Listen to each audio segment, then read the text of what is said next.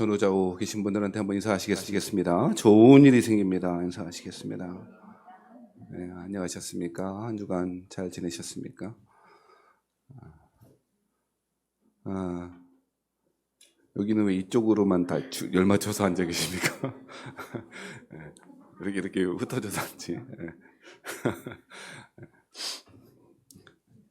앞에서 보니까 되게 웃깁니다. 한 주간 잘 지내셨죠? 네. 설 명절 앞두고 여러 가지로 바쁘시고 마음이 분주하실 텐데 하나님의 정한 시간에 예배 드리러 나오신 저와 여러분에게 하나님의 은혜가 넘치길 바랍니다. 그래도 설 연휴가 좀 길어서 좋으십니까? 싫으십니까? 입장에 따라 달라지실 텐데 아무튼 가족 간에 화평하게 잘 보내고 돌아오시기 바랍니다. 우리 계속해서 우리 금송아지 사건 그 이후에 여러 가지 이야기를 계속하고 있습니다. 출애굽기에서 우상을 섬기다가 심판받은 이야기가 거의 없고 거의 이 보세에서만 있다고 말씀드렸고요. 이 부분은 꽤 길게 우상 숭배하는 사건 자체 그리고 그 이후의 후속적인 조치와 모세의 기도 그 이후로 어떤 일이 벌어졌는지를 계속 아주 자세하게 이야기하고 있습니다. 하나님은 우상 숭배를 싫어하십니다. 그 어떤 것보다 우상을 싫어하십니다. 여러분 그것은 우상을 섬기는 순간 하나님을 배반하는 일이고 하나님을 떠나가는 일이고 그 자체로 심판받는 일이기 때문에 그렇습니다. 어떤 부모가 자식이 잘못된 길로 뻔히 죽음의 길로 가고 있는데 막거나 경계하거나 심지어는 벌을 내려서라도 그 길에서 돌이키게 하지 않겠습니까? 하나님 우상 숭배를 그렇게 바라보고 계십니다. 사실 우상은 없지 않습니까? 우상이 어디 있습니까? 돌로 만든 거, 나무로 만든 거 그것이 우상입니까? 그것은 돌뿐이고 그것은 나무일 뿐입니다. 사람들이 부어 만든 신이 그게 어떻게 신이겠습니까?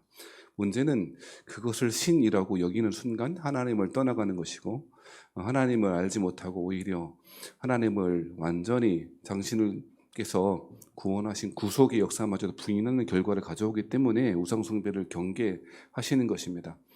우리는 금송아지 안 만들고 다른 절집에 가서 절하고 뭐 혹은 무슨 법사를 만나지 않겠습니다만 그거 그렇다고 해서 우상을 섬기지 않는다고 자신해서는 안 될 것입니다. 여러 차례 경계해 드렸고 말씀드렸죠. 우리가 섬기는 것, 하나님 외에 우리 마음 가운데 중심에 차지하고 있는 것, 그것은 어떤 것이라도 우상이 된다고 말씀드렸고 그것을 철저하게 깨어 부수는 것이야말로 하나님 앞에 바로 나아가는 길일 것입니다. 얼마나 어리석습니까? 금보치 갖고 오라고 해서 그걸 불에 던졌더니 거기서 송아지가 튀어나왔다. 핑계할 수 없으니 그런 핑계밖에 될 수 없었던 핑계조차 하지 못할 죄악 가운데 여전히 자신의 죄를 스스로 가려보려고 하는 아론과 이스라엘 백성들에 대하여 하나님 진노하셨고 심판하셨습니다. 레위 사람들을 통하여 그 백성들 우상 숭배를 주동했던 사람들이 아마도 1차적으로 죽임을 당했던 것 같고요. 그 이후로 아마도 전염병이 돌았던 것 같습니다. 그래서 주동자들은 어느 정도 아마도 처벌을 받았던 것 같습니다. 그 이후에 모세가 그렇게 기도했다 그랬죠. 하나님 생명책에서 제 이름을 지워버리셔도 좋으니 저 백성들 구원해 주십시오 라고 하는 기도를 했다 그랬습니다. 하나님은 이러한 모세의 중보 기도에 대하여 대답도 아니고 대답을 하신 건지 안 하신 건지 애매한 말씀하셨죠. 원론적인 차원에서 32장 33절처럼 말씀했죠. 누구든지 내게 범죄하면 내가 책에서 그를 지워버리리라 라고 이야기해서 드렸습니다. 여러분이요, 관계가 깨어지면 그 관계가 회복하는 게 너무 어렵지 않습니까? 좋은 관계란 깨어졌을 때 그 관계 어떻게 회복할 수 있는지에 대한 어떠한 여러 가지 프로세스나 여러 가지 서로 정해놓는 그런 것이 필요하다고 그러더라고요. 부부싸움을 하면 어떻게 풀지는 모르는 사람들이 있어요. 그래서 대부분 제일 안 좋은 게 부부싸움하고 나면 그냥 오래도록 그냥 아무 말 안 하고 서로 아무 말 안 하고 있는 것. 그게 방법 아닌 방법으로 일반적으로 그러시더라고요. 근데 그게 제일 안 좋대요. 말 안 하고 있는 것. 그리고 관계가 회복되는 것이 아니고 누가 한번 이기나 해보자 서로 그렇게 하는 것이죠. 건강한 관계는 건강한 부부 관계도 마찬가지고 모든 건강한 관계는 관계가 깨어지거나 깨어질 위기가 있을 때가 있잖아요. 그러면 그것을 어떻게 해결할지에 서로 합의된 내용 그런 내용들이 있으면 좋을 텐데 대부분 그렇게 갖고 있진 않아요. 그냥 말 안 하고 있다가 일방적으로 참거나 일방적으로 아쉬운 사람이 참거나 그렇게 해서 누가 먼저 말하나 봐서 먼저 말한 사람이 지는 걸로 이런 아주 유치한 그런 일이 많이 벌어진단 말이죠. 이스라엘 백성들이요 하나님과의 관계가 깨어졌잖아요. 언약이 파괴될 만한 스스로 자 보세요. 금송아지 보고 이것이 너희를 구원한 여호와니라 라고 했다는 것은 하나님의 구속 역사, 언약 백성 됨을 포기하는 일이에요. 꽤 심각한 문제이고요. 언약 관계가 깨어진다는 것은 그들에게는 그 죽음 외에는 아무것도 없죠. 하나님 백성들의 정체성이 뭐예요? 하나님이 계시기 때문에 하나님 백성이지. 하나님이 안 계시면, 여호와 하나님 안 계시면 그들은 그의 정체성을 잃어버리는 거죠. 가치가 없는 거예요.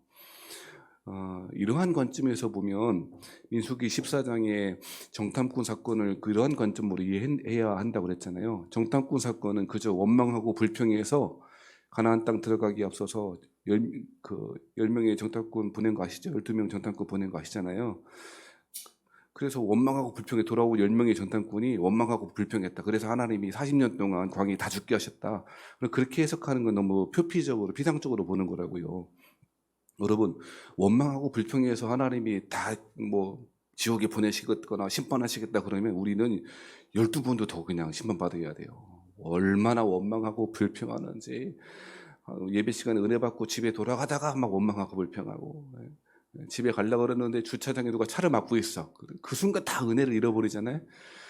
얼마나 별거 아닌 것 같고 우리는 그런 거죠. 원망하고 불평하고 조금만 좋은 일 생기면 자기 탓이고 자기가 잘해서 그런 거고요. 조금만 불행한 일 생기면 하나님 왜 나 같은 거를 교회에 보내시고 심지어 나 같은 거 왜 태어나게 하셔갖고 말이죠. 우리는 욥은요 내가 볼 때 굉장한 믿음의 사람이에요.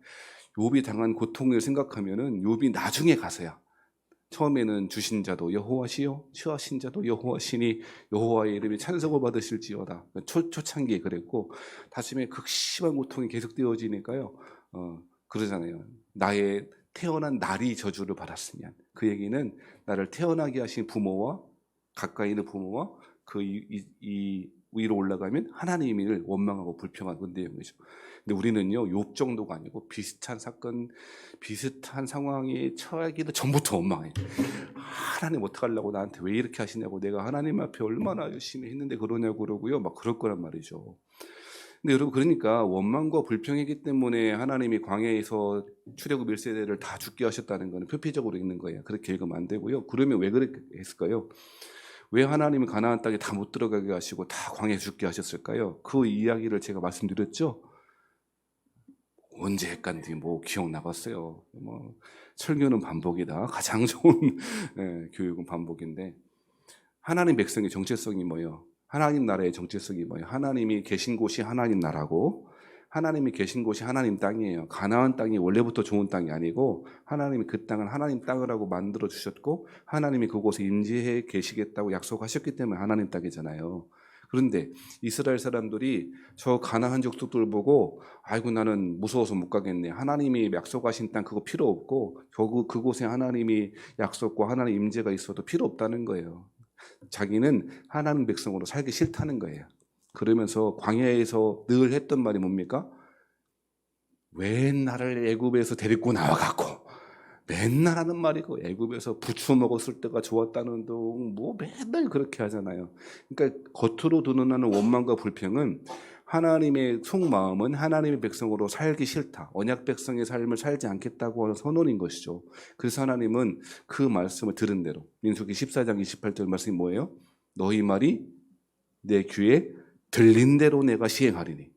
이거를 기도할 때 기도응답의 확신의 말씀으로 써먹으면 안 돼요. 큰일 납니다. 하나님 생각해 봐요. 원망하고 불평하는 대로 내가 시행해 줄게. 큰일 납니다. 그럼 하나님이 그걸 관가하시고 못 들은 척 해주시고 용서하시고 하니까 그렇죠. 무슨 얘기냐면 금송아지 사건은 그저 우상을 섬겼다라고 하는 그게 금송아지가 무슨 우상입니까? 그것에 하나님을 대신하고자 하는 인간의 불안과 욕망을 투영해서 하나님처럼 섬기자 하니까 문제라는 것이고 그것은 언약 백성의 삶을 포기하겠다고 하는 선언인 것이죠. 그러니 모세가 자신의 이름을 생명책에서 지운다 할지라도 그것을 해결할 수 없었던 것이죠. 그래서 하나님은 원칙적인 차원에서 누구든지 범죄하면 내가 내 책에서 그를 지워버리겠다, 그렇게 이야기하고 계신 것이죠. 자, 그런데요, 우리 지난주에 이야기를 조금 더 반복한 다음에 오늘 이야기를 해야 될 텐데요. 그때 하나님께서 그러잖아요. 내 백성이 아니고 네 백성, 모세의 백성이라고. 이런 말도 하시고요. 하나님이 함께 가시겠대요, 안 가시겠대요? 안 가시겠다고 그러시잖아요. 내가 내 사자를 너보다 앞서 보내겠다. 자신 안 가시고 하나님의 사자만 먼저 보내계시겠다. 그렇게 이야기했잖아요. 근데 여러분, 이런 말을 들을 때 지혜로운 사람은 어떻게 해야 될까요? 할 수 없지 뭐, 사자라도 보내주셨으니 감사하다, 이렇게 하면 큰일 나는 거거든요. 그렇잖아요. 지혜로운 백성은 어떻게 해야 됩니까? 모세처럼 지금 하나님의 마음을 헤아려 알고 하나님이 회개하라고 말씀하시는구나, 돌아오라고 말씀하시는구나, 나의 잘못이 무엇인지를 다시금 확실하게 가르쳐 주시는구나, 그렇게 이해를 해야 된다는 것이죠. 여러분, 이스라엘 사람들의 잘못이 무엇입니까? 하나님을 사랑하는 것이 아니고 하나님이 주시는 선물에 관심을 두고 하나님이 주시는 무엇인가 방향과 목적과 결과를 사랑했지 하나님을 사랑하지 않았던 것에 있다는 것이죠. 이거 굉장히 큰 모독이라고 여러 차례 말씀을 드렸던 것입니다. 사랑하신 여러분, 이스라엘 사람들은 하나님이 좋지 않았던 것 같아요. 하나님이 애굽에서 탈출하게 하시고 광야에서 신비한 방법으로 하나님 먹여주시고 입혀주시니까 그것에만 관심이 있었지 하나님 자체를 보지 않았다는 것입니다. 사실 이러한 이스라엘 사람들의 모습은 신약시대에도 마찬가지로 재현되고 있습니다. 여러분, 예수님께서 빈들에서 하나님의 말씀을 증거하셨어요. 마태복음 5장부터 7장에 보면 산상수훈 그러잖아요. 그래서 저도 그 산상수훈을 말씀하셨던 그 산 가보니까요, 너무 예뻐요. 얼마나 좋은지. 갈릴리 바다 옆으로 이렇게 쭉 언덕이 있는데 우리나라처럼 일봉산 뭐 그런 산이 아니고요, 언덕처럼 되어 있는데 봄 되면요 꽃이 쫙 피는, 샤론의 꽃이 쫙 피고요. 그래서 이 갈릴리 바닷바람이 그 산 쪽으로 쭉 이렇게 올라가면서 불거든요. 그러면 예수님이 갈릴리 바다 쪽에 서 계셨을 것이고 사람들은 마치 로마의 스타디움 것처럼 쫙 그 언덕에 앉아 있을 거예요. 그래서 산상수 말씀도 쫙 듣고 막 이렇게 했을 거예요. 얼마나 좋은지요. 우리 진짜 코로나 빨리 끝나기를 바라고 우리 교인 단체로다가 성지순례 한번 가시길 바라면 아멘 하시. 언제 갈 거예요? 언제? 혼자 가시라 그러면 못 갈 거고 제가 다 인도해서 뭐 모세처럼 인도해서 갈 테니까 같이 가십시다. 돈은 없는데요, 하나님이 주실 줄 믿고 가는 거죠. 너무 예뻐요. 그런데 먹을 것이 없었잖아요. 그때 행하신 일이 뭡니까? 예수님이 요한복음에도 보면 오병이어의 기적을 행하셨죠. 자, 그때 사람들의 반응이 무엇이었습니까? 요한복음에 보니까 사람들이 예수님을 억지로 왕으로 삼으려고 했다는 거예요. 왜 그렇게 했을까요? 산상수훈의 말씀이 좋아서? 아니요. 그 말씀은 듣고 신기하고 놀라웠다라고 하는 반응이 있었지만 그 말씀 때문에 왕 삼아야 됐다고 생각하지 않았고요, 오병이어의 기적 때문이었어요. 세상에 보리떡 5개 하고 그 물고기 2마리로 장정만 5,000명이 먹고 남았으니 수익률로 따지면 몇천 %요. 대박이 난 거죠. 그러니 저 예수라고 하는 사람만 쫓아가기만 하면 먹고 살 문제는 해결되겠다는 거지. 여러분, 그게 이스라엘 사람들의 보통의 문제였고 사실 곰곰이 생각해 보면 우리도 마찬가지예요. 우리도 크게 다르지 않을 줄 믿어요. 여러분요, 아무리 하나님을 사랑해야 합니다 말하지만 하나님이 사랑할 만한 이유와 조건을 자꾸 찾아요. 내가 하나님 왜 사랑해야 돼? 하나님을 사랑할 만한 이유를 찾아요. 조건을 찾아요. 하나님이 나한테 해준 게 무엇이 있는가? 하나님이 나한테 뭘 해줄 수 있는가라고 하는 그 어떤 결과를 보고 하나님을 따라가거나 하나님을 믿으려고 한다는 거예요. 근데 여러분, 그럴 수는 있어요. 신앙생활 할 때 신앙이 초창기에는 그럴 수 있어요. 그래서 어떤 분이 말씀하시기를 복음서에는 3가지 복음이 있대요. 목사님, 복음서는 4가지인데 어떻게 3가지 복음입니까? 내용적으로 분류해 보면 3가지 복음이 있대요. 첫 번째는 무엇이냐면 유혹의 복음, 혹은 이 다른 말로는 이 유혹의 복음을 초청해 복음 그래요. 아마도 이것들은 기적을 행하시거나 아니면 수많은 이적을 행하시거나 뭐 이런 것 있잖아요. 그 사람들이 신기해하고 놀라워하는 거예요. 수많은 사람들이 몰려오게 되는 것이죠. 초청하시는 거예요. 초청의 복음이고요. 그 다음에는 결단의 복음이 있대요. 결단의 복음이 뭐냐? 그것은 이제 예수님이 씨 뿌리는 자의 비유 같은 거 결단하라는 거죠. 이제 예수를 잘 믿으라는 거예요. 너 이제 나를 겉으로 볼 때에 뭐 화려해 보이고 예수님만 따라가기만 하면 먹고 살 문제 해결될 것 같고 병도 고칠 것 같고 귀신도 다 쫓아나갈 것 같고 현실적인 문제로 나를 찾아왔지만 이제는 예수를 믿는다는 게 그것만으로 부족하고 그것이 목적이 될 수 없다는 것이죠. 그래서 씨 뿌리는 자의 비유를 말씀하시면서 씨 뿌리는 자의 비유의 결론이 뭐예요? 들을 귀 있는 자는 들을지어다. 하나님의 말씀을 듣고 순종하고 결단하라는 거죠. 그리고 한 가지가 더 있다면 행동의 복음. 앞서 말씀드렸듯이 산상수훈에 나와 있는 것처럼 천국 백성으로 하나님 언약 백성이 어떻게 살아가야 될지에 대한 내용들이죠. 순종의 복음이라고 할 수 있을 거예요. 그런데 많은 사람들이요 어디에 머무냐면 그 초청의 복음, 유혹의 복음에 머무르고 있는 거죠. 계기가 될 수 있어요. 하지만 그것이 예수님을 믿는 근본적인 목적에 대해서는 곤란하다는 거예요. 여러분 물론 고통을 당할 때 살아가는 삶의 환경들이 좋지 않거나 고난당하거나 어렵고 삶에 지칠 때는 하나님 믿는 것이 우리의 당장 그 어려운 현실을 당장 해결하기 위한 목적도 반드시 있어야 될 것이고 하나님 그것을 부정하지 않는다고 생각해요. 하나님이 이렇게 만약에 가정해 보십시다. 야, 출애굽하는 것 자체가 무슨 의미가 있니? 어디에 있어든지 하나님 잘 믿으면 되지 해서 애굽에 그냥 내버려 뒀다면 이스라엘 사람들이 과연 하나님의 백성으로 정체성을 가지고 살아갈 수 있었겠습니까? 그렇지 않아요. 아브라함, 야 어디가 주 예수 내 주 예수 모신 것이 그 어디나 하늘나라이니까 너는 갈대아 우리에 그냥 있어. 그거 뭐 어때? 어디서나 예배드리면 되지. 하나님 그렇게 하셨습니까? 아니요. 하나님은 아브라함을 만나셨고 개인적으로 교제하셨고 어느 순간 창세기 12장에 보면 내 본토 친척 아버지 집을 떠나 내가 지시할 땅으로 가라라고 말씀하시잖아요. 가나안 땅으로 데리고 오시는 거잖아요. 무슨 얘기냐면요. 우리는 시작이 그런 것을 통해서 예수를 믿고 그런 것을 통하여 신앙생활을 시작할 수는 있지만 그것이 근원적인 목적이 될 수 없다는 거예요. 많은 사람들이 1번 단계에서만 머무르지 2번과 3번으로 가려고 잘 안 해요. 그렇다면 그것은 신앙생활을 굉장히 오해하는 것이고요. 그 결과는 뻔히 보인다는 거예요. 그리고 이러한 관점으로 금송아지 사건을 계속 읽어야 된다는 거예요. 여러분 하나님께서 지난주에 말씀드렸듯이 33장 5절 말씀이 뭘 떼어내라 그러죠? 장신구를 떼어내라 라고 해요. 이 장신구는 어떤 장신구였어요? 아마 애굽에서 얻어왔던 장신구도 있을 것이고요. 어쩌면 그것을 우상처럼 섬기는 것일 수도 있을 거예요. 창세기 같은 게 보면 그 족장들이 뭐죠? 드라빔이라고 하는 우상 단지 갖고 다니면서 막 신주 단지 모시듯이 막 이러잖아요. 그런 거 다 버리라는 거예요. 너가 하나님을 만나고 하나님을 믿는 여호와 하나님 믿는 신앙의 목적이 장신구이거나 가나안 그 자체가 목적이라거나 하면 안 된다는 거예요. 그래서 자꾸 뭐 하라는 거예요? 장신구 좀 떼어내라고 고추장스러운 거 신앙생활에 불필요한 거 좀 떼어내라고 라고 하는 거예요.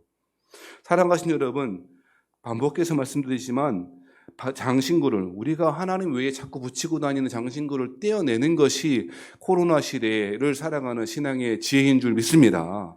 장신구 안 떼어내니까 신앙생활 못하는 거라고요. 자꾸 갖다 붙여. 이것도 갖다 붙이고 저것도 갖다 붙이고 그러니까 그 갖다 붙인 거가 채워지지 않으니까 원망하고 불평하는 거예요. 여러분 건강하기를 바랍니다. 여러분 건강하세요. 강건하시기 바랍니다. 영혼육이 강건하시길 바랍니다. 하지만 진짜 예수 믿는 사람은 강건하지 못하고 건강하지 못해도 예수 잘 믿습니다.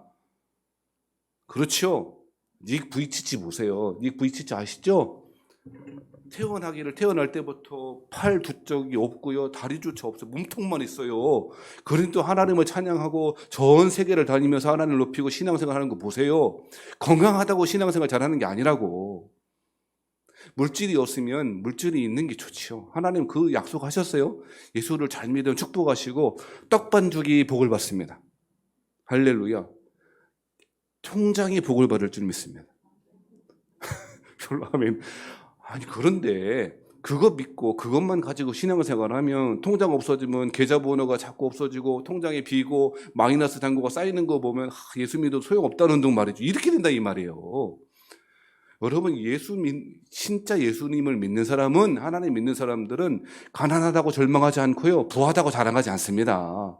그것이 신앙생활의 힘이라는 거예요. 사도 바울이 빌립보서 말씀에서 내게 능력 주시는 자 안에서 내가 모든 것을 할 수 있느니라. 그 말씀이 무슨 말씀이라고 그랬어요? 사도 바울이 정말 다 할 수 있습니까? 사도 바울은 잘할 수 있는 게 별로 없어요. 심지어 설교도 못해. 설교를 오죽 못하셨으면, 너 내용이 수사법이 좀 부족했다. 오죽 못했으면 설교하다가 너무 지루해갖고 유독을 한 사람은 나무에 떨어 죽었어. 하나님이 살려줬으니까, 하나님이 바울을 살려줬으니까 다행히 생각해 보세요. 제가 설교하고 있는데 여러분이 졸다가 머리에 쿵 부딪혀 떨어진 거야. 얼마나 당황스럽겠어요. 사도 바울이 뭘 잘합니까? 잘하는 거 있어요. 매맞기. 뭐 40에 가만만 후차대 맞고요. 풍랑만 나기. 뭐 이런 거. 사람들한테 돌맞기. 이런 거 잘하거든요. 여러분, 빌립보서 말씀에 내게 능력 주시는 자 안에서 내가 모든 것을 다 할 수 있다는 것은 내가 슈퍼맨이 되고 이것도 잘하고 저것도 되고 이런 뭐 스펙이 좋은 사람이 됐다는 얘기 아니잖아요. 가난에 처할지도 알고 부한 것에 처할지도 알고 강건하기도 하고 또 때로는 연약하기도 하고 그 연약함 가운데 신앙의 힘을 가지고 그리스도를 믿는 신앙으로 충만해지는 게 사도 바울이 가진 힘이라는 거죠. 그렇잖아요. 사도 바울은 간질인지 안질인지 그 병이 평생 동안 가지고 있었는데 그 병과 함께 그 질병과 함께 예수 잘 믿잖아요. 간절히 3번 기도했는데 하나님이 네 은혜가 내게 족하다. 그러니까 여러분 그 이후로 알겠습니다. 하나님 더 이상 기도하지 않겠습니다. 그 이후로 하나님 나 이것 좀 고쳐주면 안 돼. 그렇게 안 했다는 거예요. 그리스도를 믿는 기독교 신앙을 갖는 목적이 썩어질 것이나 없어질 것에 목적을 두면 안 돼요. 하나님 건강하게도 하시고 부하게도 하시고 하나님의 일반 계시의 원칙에 따라 신앙의 길을 율법을 잘 지키고 하나님의 말씀을 잘 지키는 사람에게 지혜를 주시고 복을 주십니다. 틀림없습니다. 심은 대로 거둡니다. 제가 보니까요, 틀림없습니다. 심은 대로 거둡니다. 제가 어떤 목사님 간증을 들었는데 최근에 어떤 임직식에 갔다가 간증을 들었는데요. 그 목사님은요, 너무 목회를 하는데 가난한 거예요. 먹을 것이 없고 가난해요. 기흥에서 목회하시는 분인데. 그리고 애들이 학원을 보내달라고 그러는데 학원을 못 보내주는 거예요. 돈이 없으니까. 얼마나 마음이 그래. 그렇게 하고 있다가 결심을 하고 기도를 하는데 하나님 제가 목회자인데 맨날 돈 때문에 돈이 없어갖고 이렇게 맨날 이렇게 돈 때문에 힘들어하고 내 애들은 학원 하나 보내달라고 그러는데 학원 하나 못 보내줄 이런 상황이 됐는데 도대체 어떻게 하면 좋겠습니까? 그러는데요. 하나님 말씀하시더래요. 감동하시더래요. 신문대로 거둔다. 이 말씀 갈라디아 말씀 주시더래요. 그때부터 그래갖고 어떻게 했냐. 돈 생길 때마다 다 심었대요. 다 생길 때마다. 왜 목사님 또 돈 얘기 그러지 말고 생길 때마다 하나님 내가 1년 동안에 사람이 받는 거든 뭐든지 간에 다 하나님께 신겼습니다. 그걸 1년을 했대요. 아멘 안 할 줄 알았어요. 그 목사님 얘기니까 그 목사님 얘기니까 그렇게 했다라는 거예요. 그런데 그때부터 하나님이 축복하시는데요.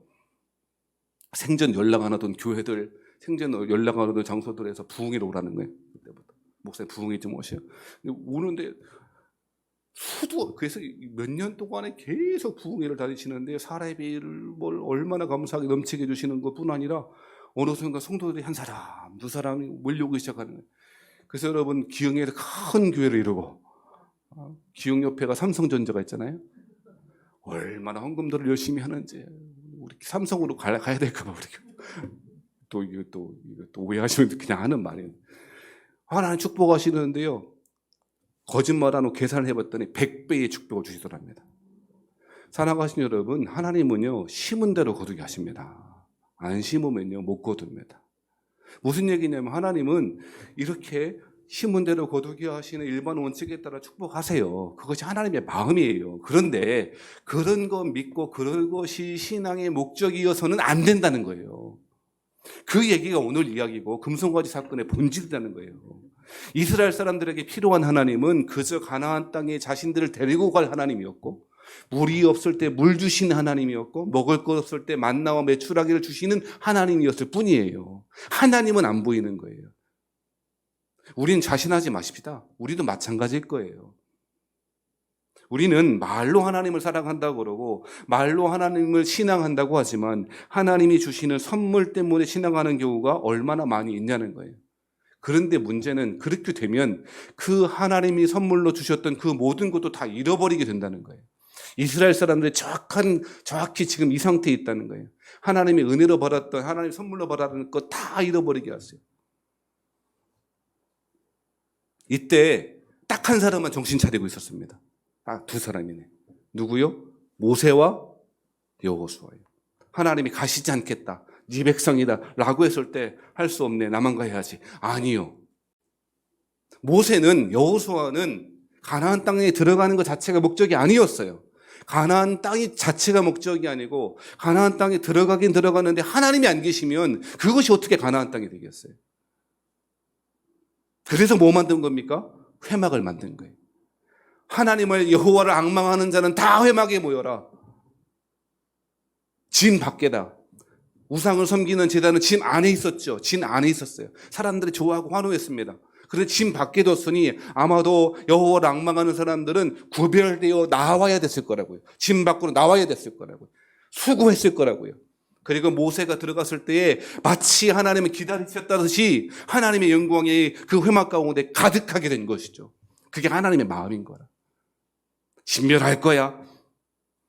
내가 너희 목이 곧은 백성을 내가 진멸할 거야. 큰일 났네. 아니요. 그때 정신 차려야 된다. 그때 정신 차려야 돼요. 가나안 자체가 목적이 아니고 하나님이 목적이 되어야 되는구나. 하나님 그분이 우리 신앙의 목적이 되어야 되는구나. 그래서 회막을 만들었고 모세와 여호수아는 그 회막 안에서 하나님의 영광을, 하나님의 임재를 경험하게 되는 것이죠. 사랑하신 여러분, 신앙의 목적은 다양할 수 있습니다. 다양하게 출발할 수 있겠습니다만 없어질 것, 썩어질 것을 목적으로 삼는다면 그 신앙은 힘을 잃어버리고 나아가서는 하나님 자체도 잃어버릴 수 있다는 것입니다. 이러한 경고를 우리는 굉장히 심각하고도 심각하게 받아들여야 될 것입니다. 그러면서 모세가 이러한 가운데 회막에서 하나님을 만나는 가운데 다시금 12절부터 23절까지 33장에 기도하고 있습니다. 그 기도는 무엇입니까? 모세는 하나님의 약속과 말씀을 근거로 해서 기도한다는 것입니다. 여러분, 이것이 굉장히 중요합니다. 여러분이요, 이런 표현을 쓰면 어떤지 모르겠습니다만 하나님을 꼼짝 못하게 하시는 기도가 있어요. 이해하고 들으세요. 하나님도 들어주실 수밖에 없는 기도가 있어요. 그게 뭘까요? 하나님의 약속에 근거한 기도입니다. 여러분 12절 말씀 보십시다. 이렇게 이야기합니다. 모세가 여호와께 아뢰되 보시옵소서 주께서 내게 이 백성을 인도하여 올라가라 하시면서 나와 함께 보낼 자를 내게 지시하지 아니하시나이다. 주께서 전에 말씀하시기를. 이게 중요한 거예요. 하나님 저한테 말씀하지 않으셨습니까? 저 미디안 광야에 서 있을 때 하나님 저에게도 이미 약속하시고 이미 여러 차례 말씀하시지 않았습니까? 뭐라고요? 나는 이름으로도 너를 알고 너도 내 앞에 은총을 입었다 하셨은즉. 하나님 저에게 은총을 주시겠다 약속하셨고 나를 개인적으로 알고 너를 사랑한다고 말씀하시지 않으셨습니까? 그런데 지금 제가 하는 이 기도에 응답하시지 않는다면 어떡하겠습니까?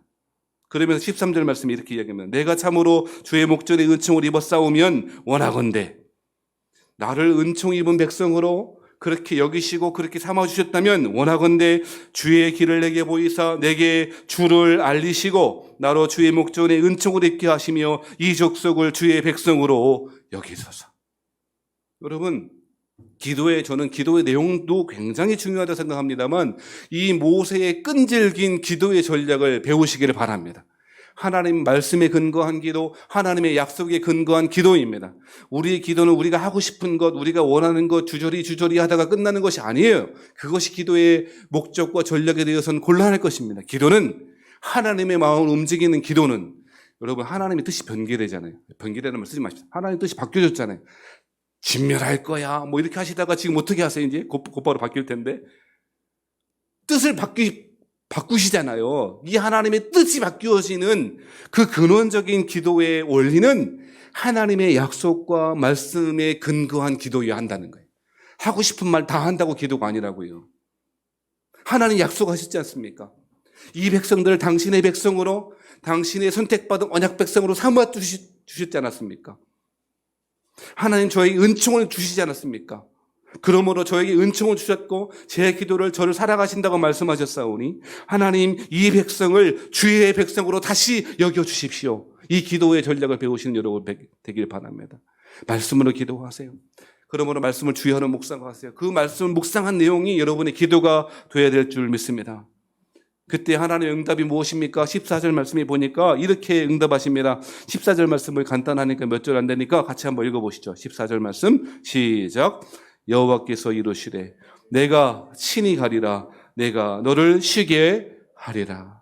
할렐루야. 하나님이 14절 말씀에 뭐라고 응답하셨습니까? 마치 기다리셨다는 듯이 이 기도가 드려지기를 그래 잘했다고, 잘 대답했다고, 잘 요청했다고 하시듯이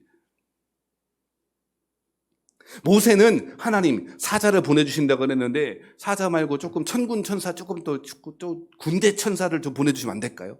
하나님 만나를 하루 이틀치 말고 하나님 안 가시걸랑 좀 넉넉하게 만나도 주시고 부추도 주시고 고기도 주시고 낙타고기 말고기 다 주시면 안 될까요? 그렇게 기도하지 않았다고요. 주의 백성을 은총에 근거하여 주의 백성을 내게 당신의 백성을 다시 한번 회복시켜 주십시오 기도했을 때에 마치 기다리셨다는 듯이, 마치 이 기도를 원하셨다는 듯이 하나님은 즉각 응답하셨습니다. 어떻게 해요? 여호와께서 이르시되 내가 친히 가리라. 할렐루야. 사자 보내줄게. 너희들 원하는 게 사자라면, 가이드라면 가이드 보내줄게.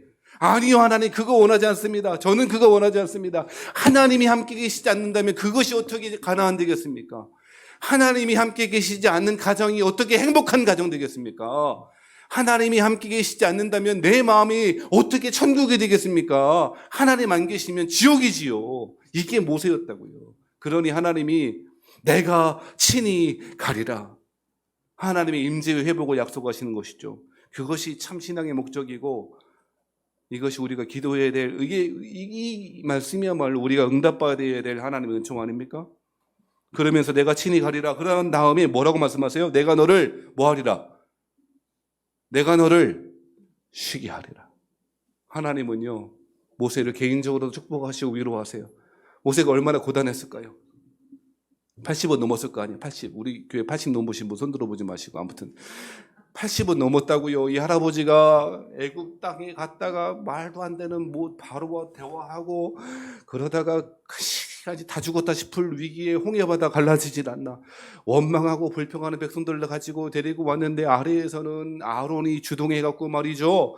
금속 아지를 만들지 않나. 하나님은 다 죽이시겠다 그러지. 죽일 수는 없지. 이러한 고통과 마음의 짐, 모든 짐을 하나님께서 알고 계셨고 내가 친히 갈게. 너 좀 쉬어. 내가 너를 쉬게 하리라. 할렐루야. 수고하고 무거운 짐진 자들아 다 내게로 오라. 내가 너희를 쉬게 하리라. 여러분, 좋은 호텔에 가서 쉰다고 쉬워집니까? 어떤 분들은 좋은 호텔, 좋은 휴양지 가서까지 컴퓨터를 갖고 와서 일을 하고 막 이런. 세상, 그게 휴가가 됩니까? 여러분요, 참 평안과 참 쉼은 예수님께, 하나님께 가야 참 안식과 쉼이 있는 줄 믿습니다. 사람들이 왜 못 쉬는 줄 아세요? 자꾸 예수님 반대편으로 가니까 쉼이 없는 거예요. 어거스틴이 그랬다잖아요. 오 주님, 오 하나님, 당신께 가기 전까지는, 당신을 만나기 전까지는 내 참 평안이 없었습니다. 수많은 길, 만이교도 가보고 방탕하게도 살아보고 자신의 만족을 위해서, 자신의 영혼의 평안을 위해서 수많은 길을 돌아다녀 봤지만 어느 한 곳에서도 평안을 찾을 수 없었던, 쉼을 찾을 수 없었던 이 성 어거스틴이라고 하는 사람이요, 결국 그리스도를 만날 때, 하나님을 만날 때 그때야 안식이 주어진다는 사실을 깨닫고 참회록의 제일 첫 번째 문장이 바로 그것이었던 것이죠. 사랑하신 여러분, 하나님은 모세에게 대답해 주셨습니다. 내가 친히 가리라. 내가 너를 쉬게 하리라 라고 하는 응답을 주셨던 것이죠. 이러한 전략 있는 기도, 말씀에 근거한 기도, 그리고 이 기도를 통하여 하나님 말씀하신 이러한 응답이 저에게도 여러분 가운데 있기를 주의 이름으로 축원합니다. 이것이 신앙의 목적이 되길 바랍니다. 하나님의 임재, 하나님의 함께 하심, 하나님 내 안에 계심, 그것이 우리의 가정과 내 마음과 우리 교회의 근원적인 신앙의 목적이 되었으면 좋겠다는 것입니다. 이렇게 되면 끝하면 좋잖아요. 그런데요, 우리하고 모세하고 다른 점이 하나 또 있어요. 모세는 여기서 끝나지 않았어요. 다 해결됐잖아요, 지금. 그렇죠? 주동자들은 다 죽었고요. 하나님이 그래, 알았어. 내가 함께 가줄게. 너 좀 쉬어. 얼마나 좋아요. 그러면 이제 됐다 싶을 줄. 그런데요, 모세는 거기서 끝나지 않았어요. 그것이 뭘 보면 수 있는가? 자, 18절 말씀 보세요. 18절 말씀 같이 읽어보겠습니다. 시작. 모세가 이르되 원하건대 주의 영광을 내게 보이소서. 우리 한 번 다시 읽어봐요. 시작. 모세가 이르되 원하건대 주의 영광을 내게 보이소서. 할렐루야. 여러분, 모세는 이런 사람이었어요. 여러분요, 모세를 평가할 때 성경이 뭐라고 평가하는가? 하나님이 모세를 대면하여 아시는데 마치 친구를 대하는 것처럼 모세를 하셨대. 모세는 누구보다 하나님을 알고 누구보다 하나님 임재 앞에 하나님을 알고 사랑하기를 기뻐했던 사람이에요. 문제 해결의 목적이 아니었어요. 이게 이제 해결됐네. 급한 문제 해결됐네. 그것이 목적이 아니고요. 그 한 걸음 더 나아가 하나님의 그 본질 자체에 접근하고 싶어 했고 하나님의 그 안으로 더 깊이 들어가고 싶어 했던 거예요. 여러분, 우리가 진짜 욕심내야 될 건 이거라고 생각해. 누구보다 하나님을 더 깊이 알기를, 누구보다 더 깊이 하나님 사랑하기를.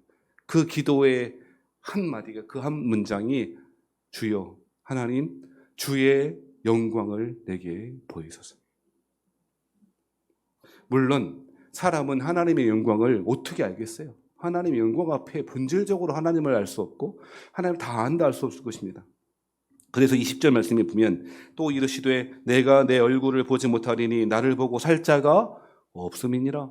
모세도 예인은 아니었어요. 모세도 사람이니 죄악 가운데 있는 사람이었죠.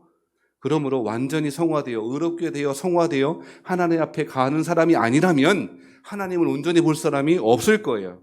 그러니 20절처럼 말씀하는 거예요. 그럼에도 불구하고 하나님은 이 기도를 기뻐하셨어요. 우리가 하나님의 본질적으로 알 수 없어요. 부분적으로 알아요. 그렇죠? 고린도전서 13장 12절 말씀에 보면 우리가 지금은 거울로 보는 것 같이 희미하나. 우리가 지금은 거울로 보는 것 같이 희미해요. 그 거울이 어떤 거울이라고요? 청동 거울이라고. 이러한 우리 지금 보이는 이런 거울이 아니고, 거울로 보는데 뭐가 희미하냐, 뭐 더러운 게 묻었냐, 그게 아니고, 옛날 거울은 저런 유리그릇 거울이 아니고 청동으로 만든 거울이라고. 그러니까 봐도 희미해. 하나님을 아는 것이, 예수님을 아는 것이 희미하다는 거예요. 어떻게 우리가 다 알아요? 조금 다른 얘기지만 여러분요, 자기가 하나님을 모르겠다고, 자기가 안 믿어진다고 하나님 없는 게 아니에요. 진짜 어리석은 사람은요, 자기 방식으로 알려진 하나님만을 믿으려고 해요. 진짜 어리석은 사람이에요. 하나님 살아계신 보여달라고 그래. 보여주면 믿을 것 같아? 안 믿어요. 지금 하나님 말씀을 듣고 안 믿으면 예수님이 내가 눈앞에 와도 안 믿어요. 지금은 본질적으로 하나님을 부분적으로 알아요. 그러니 모세가 지금 주의 영광을 보이소서 라고 하는 이 대답에 대하여 네가 내 얼굴을 보지 못하리니 나를 보고 살 자가 없음이니라 라고 하는 건 당연한 거죠. 그런데 하나님은 뭐라고 말씀하시는가? 19절 말씀에 보면 모세가 주의 영광을 내게 보이소서라고 말했을 때에 여호와께서 이르시되 내가 내 모든 선한 것을 내 앞으로 지나가게 하고. 여러분, 이 선한 것이 무엇인가? 이게 하나님의 영광이죠. 여기서 선하다라고 하는 이 단어가 어떤 단어냐면요, 토부라고 하는 뜻이에요. 토프, 두 말고 영어로 토프가 두부인데 토부라고 하는 히브리 말. 근데 여러분, 이 토부라고 하는 말이요, 어디서 쓰였는가? 창세기에 쓰였어요. 창세기 1장에 하나님이 세상을 지으시고 지은 것을 보시기에 뭐하였더라? 좋았더라. 이 좋았더라가 토부고요. 이 말을 선한 것이라고 표현한 거예요. 여러분, 하나님의 영광, 하나님이 얼굴이 있고 하나님이 손이 있고 하나님 등이 있다고 비유적인 표현일 뿐이에요. 우리는 하나님을 부분적으로 경험해요. 우리가 하나님 온전히 알 수 있는 것도 아니에요. 우리에게 필요한 것은 하나님이 우리에게 보여주시는 선한 것이죠. 이 피조 세계가 선한 것이고요. 이 하나님이 지으신 세계를 통해서 하나님을 아는 것이고요. 그리고 하나님이 보여주시는 영광이 무엇입니까? 하나님이 선한 것이고요. 19절 말씀에 보니까 나는, 19절 하반절에 보니까 뭐라고 그럽니까? 나는 은혜 베풀 자에게 은혜를 베풀고 긍휼히 여길 자에게 긍휼을 베푸느니라. 여러분, 하나님이 보여주시는 영광, 지금 모세가 주의 영광을 보여주십시오 라고 하나님을 알기를 사랑해 그렇게 사모했는데 하나님은 본질 자체를 보여줄 수 없어요. 하나님의 얼굴이 있고 손이 있고 뭐 있는 게 아니니까요. 비유적인 표현이니까요. 그런데 모세가 이렇게 기도했을 때 하나님이 보여주신 게 뭐냐? 그건 하나님이 지으신 세계일 수 있고요. 이 땅을 다스리시는 하나님의 섭리하심일 수 있고요. 더 구체적으로는 너에게 베푼 그 은혜, 너에게 베풀어준 그 긍휼히 여김, 불쌍히 여김, 그것이 하나님의 영광일 수 있다는 거예요. 돌이켜보면 살아가신 성도 여러분, 우리는 지금 하나님의 임재 앞에 있는 거예요. 우리는 지금 하나님의 영광 앞에 있는 거라고요. 어떻게 해요? 그것은 하나님의 얼굴을 뭐 신비한 음성을 듣고가 아니고요. 근본적으로 우리가 하나님의 은혜 앞에 있기 때문에 하나님의 임재 앞에 있는 거라고요. 하나님의 긍휼하심을 경험하고 있기 때문에 우리는 하나님의 임재 앞에 있는 거라는 것이죠. 사랑하신 여러분, 우리는 하나님을 부분적으로 알아요. 근본적으로 알 수 있는 사람은 없을 거예요. 천국에 가서도 그건 불가능할 거예요. 천국에 가서도 하나님을 내가 온전히 알았다, 그건 안 돼요. 그런데 성경에 보면 고린도전서에 보면 온전히 알았다는 표현이 나오던데요. 그것은 관계의 완성을 말하는 거지 하나님이 본질적으로 내가 다 파악할 수 있는 게 아니라고요. 여러분, 태양도 제대로 보는 사람이 있어요, 없어요? 오늘 해봐. 오늘 가서 10분만 쳐다보고 있어봐. 병나요. 큰일 납니다. 태양도 제대로 보지 못하지만 태양이 있다는 사실을 믿잖아요. 우리가 하나님을 믿는 것, 신앙하는 목적은 살아가는 것은 하나님의 영광을 경험하는 것은 하나님의 임재 앞에 서는 것은요. 이러한 하나님이 베풀어 주신 선한 것을 믿는 것이고 은혜와 긍휼을 믿는 것이라고 성경이 말하는 것입니다. 사랑하시는 성도 여러분, 이것이 우리의 신앙의 목적이 되길 바랍니다. 하나님이 주시는 그 몇 가지 선물이 아니라 선물을 바라야 되겠지만 하나님 주시는 상급을 바라야 하겠지만 그것이 아니라 하나님의 영광이 우리의 신앙의 목적, 우리의 기도의 목적이 되길 바랍니다. 모세와 같은 기도의 사람들 되시길 바랍니다. 말씀을 붙잡고 기도하시는 기도의 용사들 되길 바랍니다. 하나님이 친히 가시겠다라고 하는 하나님 임재야말로 가장 큰 선물임을 믿고 신앙의 길 잘 걸어가시는 여러분 되길 바라고, 하나님이 내가 너를 쉬게 하리라 약속하신 그 평안과 안식에 대한 약속이 여러분에게 선물처럼 주어주시길 바랍니다. 설날은 열심히 노동하는 날이 아니라 일하지만 그 일하는 가운데에서 안식을 누리는 좋은 명절, 은혜로운 명절이 되길 바랍니다. 가급적이면 남자들이 좀 뭘 좀 일도 좀 하고 앉아서 고스톱만 치려고 하지 말고. 우리 가족이 있어서 더 이상 말 못하겠어요. 같이 좀 하고 같이 좀 돕고. 그래서 하나님이 올 설 명절에 이러한 참 평안을 주시기를, 참 안식을 주시는 은혜의 명절 되시기를 바랍니다. 하나님의 임재를 경험하고 은혜와 긍휼을 날마다 체험하는 여러분 되시기를 주의 이름으로 축복합니다.